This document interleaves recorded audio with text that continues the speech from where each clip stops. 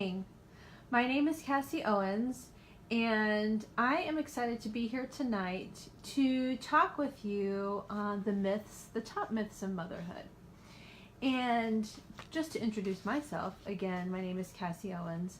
I am a licensed professional counselor in private practice here in Dunwoody, and my specialty is maternal mental health. So the women that come to my practice are anywhere between preconception through postpartum typically, and I really enjoy the work. I'm lucky to do what I get to do, which is something that I really love. I also sit on the board of directors for the Georgia chapter of Postpartum Support International, and I'm really excited to be here on PSI Georgia's page talking to you tonight about the myths of motherhood. I think this is a really kind of important topic, and I think that myths can be really powerful, and they're prevalent. And I think when we talk about myths of motherhood, they really even start before we have children. Really start during pregnancy, when people say things like, oh, you know, it should be easy to get pregnant, or you should really be so excited, aren't you so happy that you're pregnant? And sometimes those things just aren't the truth. And sometimes I think of myths, and I'll refer to them this evening as unrealistic expectations in the terms of motherhood. So myths are everywhere, and you know, we hear these things from, you know, media, from social media, from society, from family members who may be well-intentioned, but it just happens, from friends, articles that we read. And what happens is, when we hear these themes of unrealistic expectations and these myths, what happens is a lot of times we kind of, you know, take these on and assume these as our own beliefs, even if that's not true. But after you hear it time and time again, we're like, oh, maybe that's the way I should believe, or that's the way I should feel. So that's why we're talking about this tonight, because I think that the myths can be so powerful that we take them on as our own. And what happens? What happens when we take on a myth, an unrealistic expectation as our own belief, and we don't meet that unrealistic expectation? Well, then we feel these feelings of guilt, shame, inadequacy, and all these negative feelings, right, from something that we didn't even choose as our own. And what's interesting too is that a lot of times we don't dispute these myths. We don't look for the real facts. We just take them on. So that's what I really hope to do tonight, is to kind of pick apart some of the most prevalent myths of motherhood and really uncover the truth and just talk that through. At any time, if you have any comments or questions, please leave them below, and I will be happy to respond.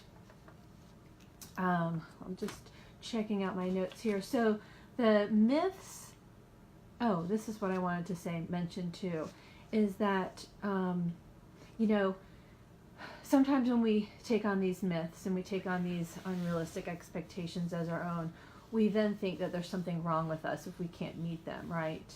But in fact, that there is nothing wrong with us.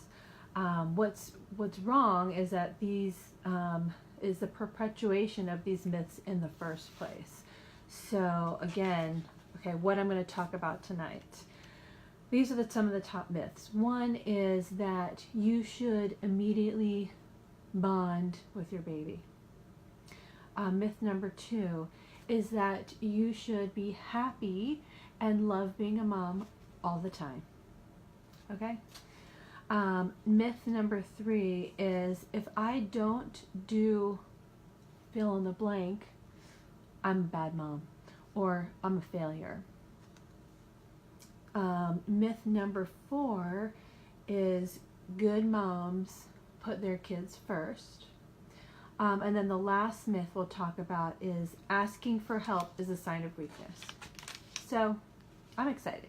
Okay, the first one we're going to talk through is that bonding, that a good mom bonds immediately with your baby. And that's just not true in all circumstances, that not all women bond right away. And I think it's important to know that, many women have strong instincts to protect, to nurture, to love their babies. Sometimes the bonding just doesn't happen right away. And that's totally common, and that's totally okay. There could be a lot of reasons why bonding doesn't happen right away. Let's say you have a baby early and, you're going about pregnant, and then all of a sudden you're being wheeled in for an emergency C-section at, earlier than you would have thought. And, nothing's going as planned. It's kind of a whirlwind. Maybe baby's taken to the NICU. That whole surprise and being separated from baby might cause a delay, might make you worry before having that initial bond.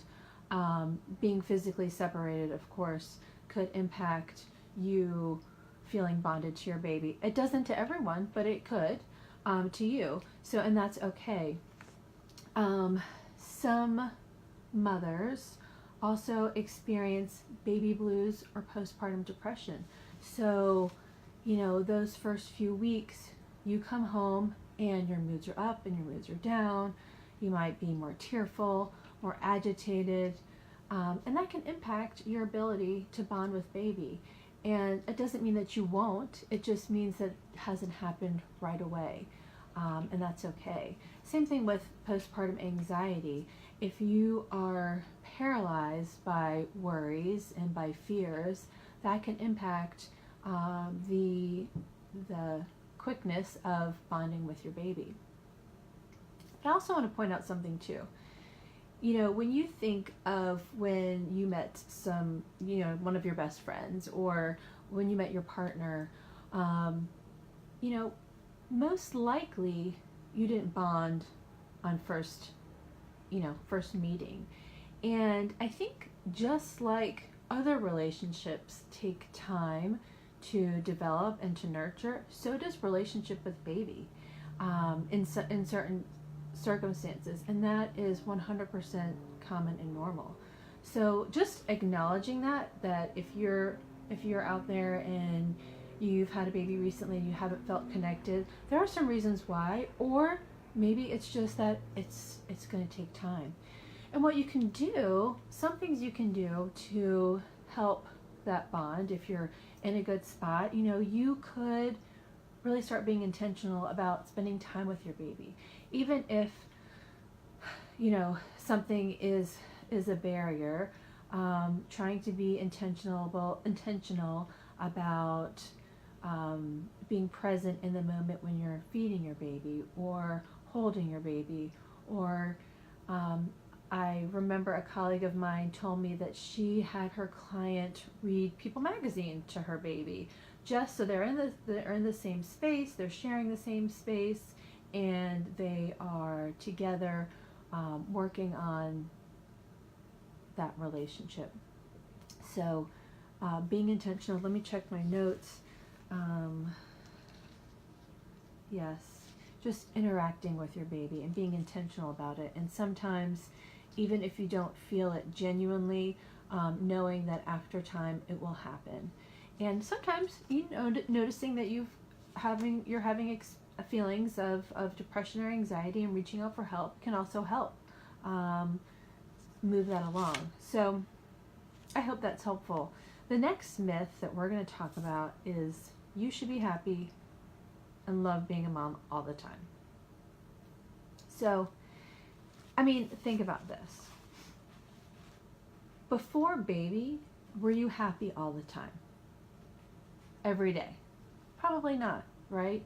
So it's interesting why people think that, after the baby, we should love every moment of every single day and every single thing. That's just not true.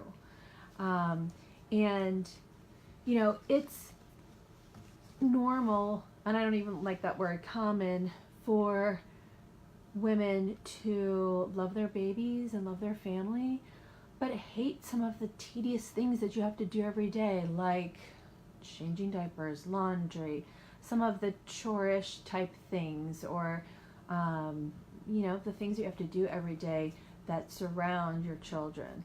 It's okay to not love all of those things. And it's okay to not love every day. In fact, I think it's better to acknowledge your bad days rather than trying to force yourself to be happy. Because sometimes when you try to force things along, it just makes it worse.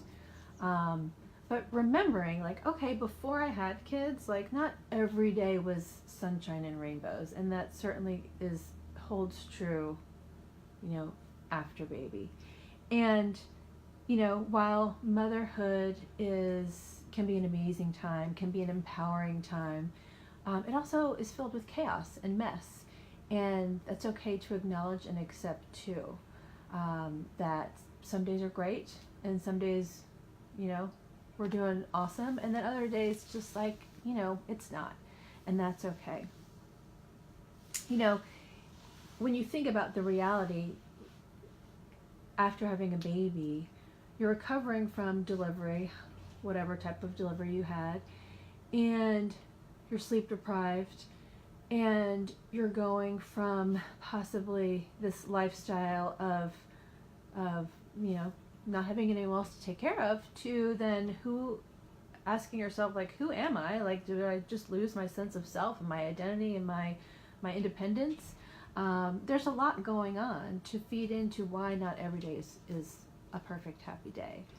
So, when people expect you to be happy and doing everything with a smile on a face, on your face, you can rest assured that it's okay if you don't. So, moving on to, the next myth. Yes, okay. If I don't do X, I'm a failure. So you can fill in this blank with a ton of things. And I see a lot of women who say things like, if I don't breastfeed, I'm not a good mother. If I don't use cloth diapers, I'm not a good mother. If I don't make organic food, I'm not a good mother. I have to work and I wish I could stay home, so I'm not a good mother. I am staying at home and I wish I could work, I'm not a good mother. So I think we as mothers are so hard on ourselves, and we have mom guilt over any and everything. And whether or not you stay home or you work or you breastfeed or you don't, there's something that people feel guilty about. And, ultimately, it comes down to a mom wondering, am I doing the right thing? Is there a right thing? And I'm here to tell you that there's no right way for everything. And I think that if we believe in our minds that there is a right way to do X, Y, and Z, then that really divides us. And that really de-emphasizes our natural instinct to parent and to mother and to do the things that we really feel are best for our children. And of course leads to guilt and inadequacy. And I think that, there is so much information out there in regards to what could really fulfill the needs of our children. There's research out there, there's books out there, there's articles. And I don't think that all the research and the science should dictate how we parent. I think that it's a great supplement, but to be confident in our instincts as parents, to do what we feel is best in each situation, because, each mother might have different opinions and different views. And even within the family, with each child, you could make a choice to do something with one child, and then with another sibling you decide that's not a good fit for them. So ultimately showing respect to all women and parents and families, for all the choices that they make, and feeling good about the choices that you make, instead of feeding into the notion that I have to do things a certain way, otherwise I'm a failure. So I think that's important to know, and to realize, and to practice some, what's the word I'm looking for? Just be easy on ourselves, in a way.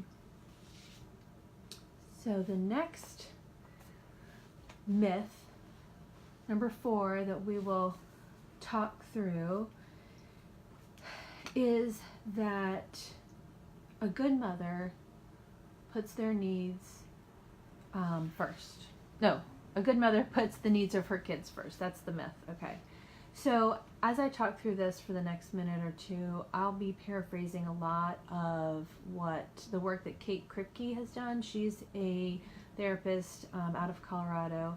I've been fortunate enough to hear her speak and read a lot of her work, and she talks about self-care a lot. And what's interesting is that when we think of our needs as mothers, when we're pregnant, we're all over it. We're eating what we should be, we're taking care of our bodies, we are going to the doctor, and that just all ends pretty much as soon as baby arrives. And I think that it's important to know taking care of ourselves is paramount. It's super important, because if we don't take care of ourselves, it's harder to take care of other people. Just as we think of when you're on a plane and they say, if we need to release oxygen, the masks are going to pop down, and put the mask on yourself before assisting anyone else.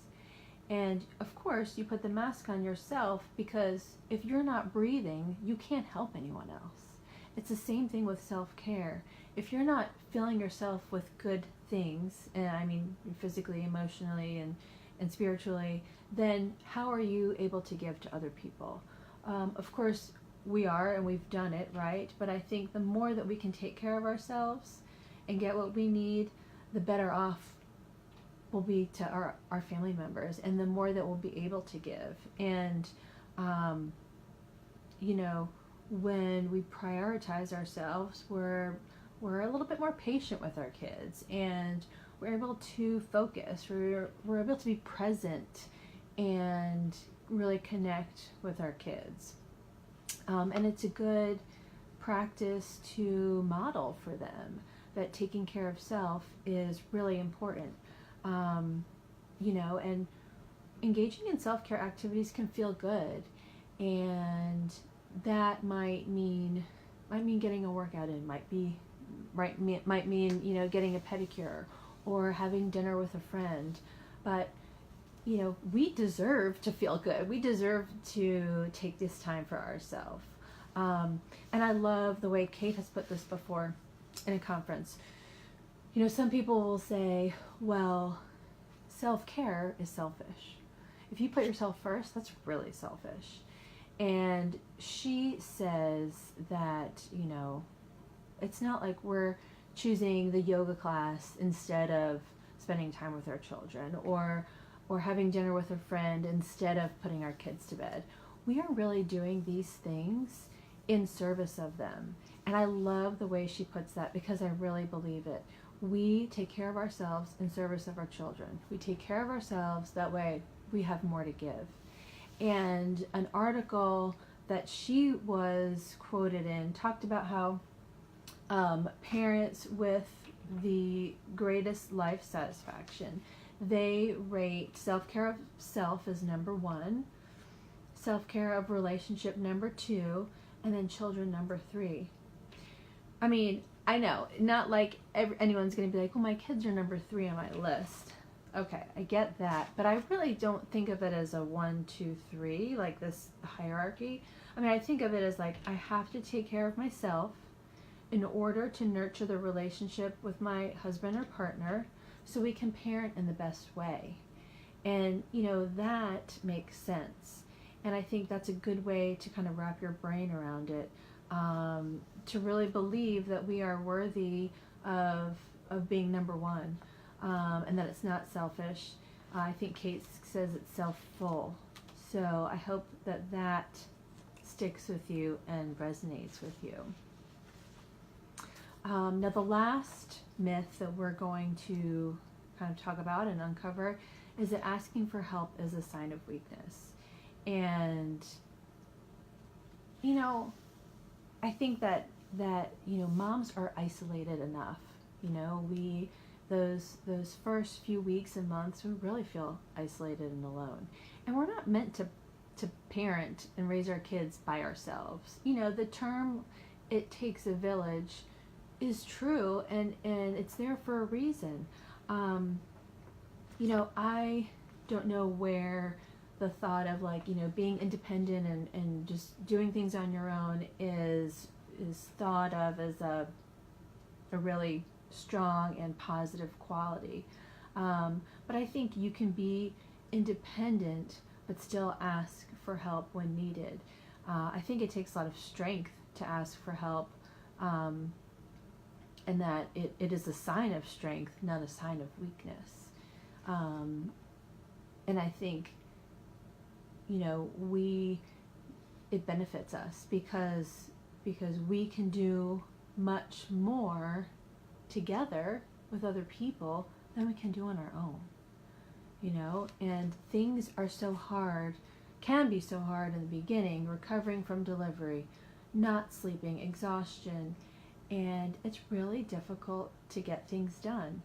And I always encourage women to ask for help and to not expect others to do things for you if you're not asking. Some people do, and that's wonderful and great, but sometimes they need to hear your voice, and people don't know how to help unless you tell them. So giving them some direction, whether it's like, I could really use a meal, or can you vacuum my house, or empty the dishwasher, asking for help maybe for specific tasks might really be beneficial.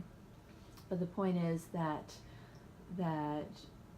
it's unrealistic to think that you can mother without any help, or that's a good thing. So I hope that sticks with you. So we've talked about a lot of things tonight, and I look forward to any comments or questions. I think, again, myths are present everywhere, and they can be really powerful. So it's important to dispute them in the beginning, when I say we don't usually, to really think, is this belief something that I believe, or is it something that's been out there and I've just kind of assumed as my own?